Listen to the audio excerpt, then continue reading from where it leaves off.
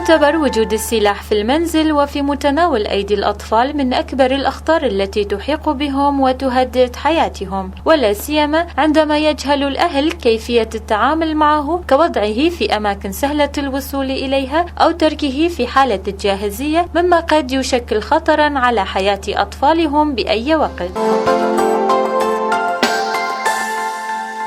إن عدم إدراك الأهل لخطورة هذا السلاح وقيامهم بتفكيكه وتنظيفه أمام أعين أطفالهم من شأنه أن يدفع بذلك الطفل إلى اللعب به عند غياب الأهل، الذي يؤدي في كثير من الأحيان إلى عواقب وخيمة كفقدانهم لحياتهم. هذا وقد قامت منظمة باسك لتنمية قدرات الطفل بحملة تحت الشعار أبعد الموت عنا لتوعية الأهل لمخاطر وجود السلاح في المنزل على أطفالهم، حيث أوضح المدير الإعلامي لمنظمة باسك عامر مراد أن السبب الرئيسي لقيامهم بالحملة هي زيادة نسبة حالات القتل بالأسلحة الموجودة في المنزل. السبب الأساسي لحملة باسك هي زيادة نسبة حالات القتل بالأسلحة الموجودة في المنزل عن طريق الخطأ أحيانا وأحيانا تعمدا وبعض حالات الانتحار، وهدفنا هو تخفيف قدر الإمكان من هالنسبة وتوعية الأهل بمخاطر هالأسلحة وإعطائهم شوية تعليمات لحماية أولادهم من خطر هالأسلحة الموجودة بكل بيت. من جهته رأى أحد المواطنين من أهالي مدينة ديريك بأن وجود السلاح يشكل خطرا عند قيام الأب بتنظيفه أمام أبنائه، فيقوم الطفل بتقليد والده ويعرض حياته للخطر. حيازة السلاح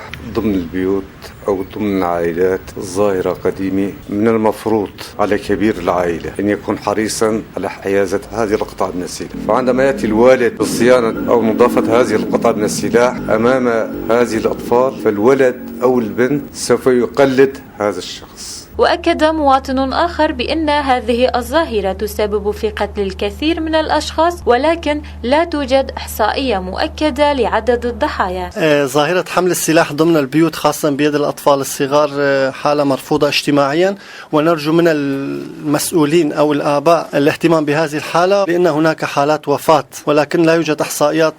مسجلة. وجود السلاح في المنزل هو لغرض الأمن والحماية، لذلك يجب على الأهل أن يكونوا حريصين على تواجده في أماكن بعيدة عن أعين الأطفال لكي لا ينعكس سلبا.